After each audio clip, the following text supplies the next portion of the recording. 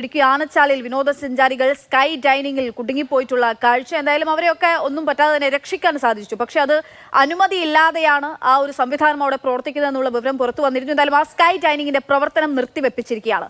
ജില്ലാ ഭരണകൂടമാണ് സാഹസിക വിനോദസഞ്ചാര കേന്ദ്രത്തിന്റെ ഈ പ്രവർത്തനം തടഞ്ഞിരിക്കുന്നത്. വിനോദസഞ്ചാരികൾ കുടുങ്ങിയതിൽ വെള്ളത്തൂവൽ പോലീസ് സ്ഥാപന നടത്തിപ്പുകാർക്കെതിരെ കേസുമെടുത്തിട്ടുണ്ട്. കണ്ണൂരിൽ നിന്നുള്ള 2 കുട്ടികളടക്കമുള്ള വിനോദസഞ്ചാരികളാണ് ആനച്ചാലിലെ സ്കൈ ഡൈനിങ്ങിൽ കുടുങ്ങിയത്. കുടുങ്ങിയവരെ പിന്നീട് ഫയർഫോഴ്സ് എത്തി രക്ഷപ്പെടുത്തി. തുടർന്ന് നടത്തിയ പരിശോധനയിൽ സ്കൈ ഡൈനിങ് പ്രവർത്തിക്കുന്നത് സുരക്ഷാ സംവിധാനങ്ങൾ ഇല്ലാതെയാണെന്ന് കണ്ടെത്തി. ഇതിനെ തുടർന്നാണ് റവന്യൂ വകുപ്പ് സ്ഥാപനത്തിന് പിന്നീട് സ്റ്റോപ്പുമോ നൽകിയത്. സ്കൈ ഡൈനിങ് പ്രവർത്തിക്കുന്നതിന് സംസ്ഥാനത്ത് ഇതുവരെ ഒരു സുരക്ഷാ മാർഗരേഖയില്ല. ഇത് മുതലെടുത്താണ് ഇത്തരം സാഹസിക വിനോദ കേന്ദ്രങ്ങൾ പ്രവർത്തിക്കുന്നത്. ഇത്തരം സാഹസിക വിനോദ കേന്ദ്രങ്ങൾക്ക് ഉടൻ മാർഗരേഖ തയ്യാറാക്കുമെന്ന് ജില്ലാ കളക്ടർ വ്യക്തമാക്കി.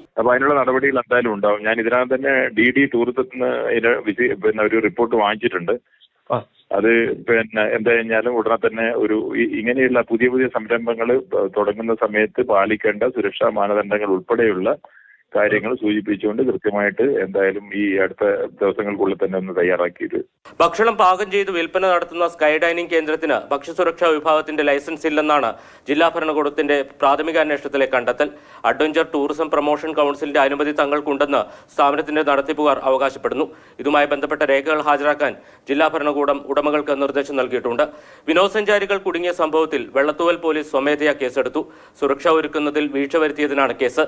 സ്കൈസ് എയറോ ഡൈനാമിക്സ് എന്ന സ്ഥാപനത്തിന്റെ നടത്തിപ്പുകാരായ ആനച്ചാൽ സ്വദേശികളായ പ്രവീൺ മോഹൻ, സോജൻ ജോസഫ് എന്നിവർക്കെതിരെയാണ് കേസ്.